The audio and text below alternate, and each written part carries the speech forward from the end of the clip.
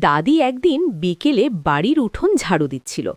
হঠাৎ আকাশ থেকে একটি পুরনো লাল রঙের বাক্স তার সামনে পড়ে যায়। দাদি অবাক হয়ে বাক্সটি ঘরে নিয়ে যায়। বাক্স খুলতেই ভেতরে একটি ছোট কাগজ দেখতে পায়। সেখানে লেখা ছিল, এই বাক্সের ভেতরে থাকা আংটিটি পরলে তোমার জীবনে সুখ আর সৌভাগ্য আসবে। দাদি কৌতূহল নিয়ে আংটিটি হাতে পড়ে। সাথে সাথে তার পুরনো ভাঙা ঘরটি ঝকঝকে সুন্দর বাড়িতে পরিণত হয় এবং চারদিকে সোনালি আলো ছড়িয়ে পড়ে। দাদি খুব খুশি হয়ে যায়। এই দৃশ্য পাশের এক লোভী প্রতিবেশী মহিলা দেখে ফেলে। সে ভাবে, যদি আমি আংটিটা পাই তাহলে আমিও অনেক ধনী হয়ে যাব। রাতে সে চুপি চুপি দাদির ঘরে ঢুকে আংটিটি চুরি করে নিয়ে যায়। এরপর আনন্দে আংটিটি নিজের আঙুলে পড়ে। কিন্তু আংটি পরতেই হঠাৎ তার সুন্দর কাপড়গুলো ছিঁড়ে পুরনো হয়ে যায় আর তার চারপাশে ময়লা ও ধুলো পড়তে শুরু করে।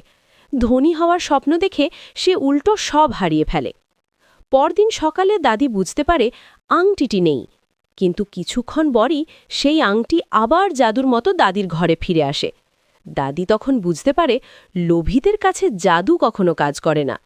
গল্পটি ভালো লাগলে লাইক আর সাবস্ক্রাইব করতে ভুলবেন না।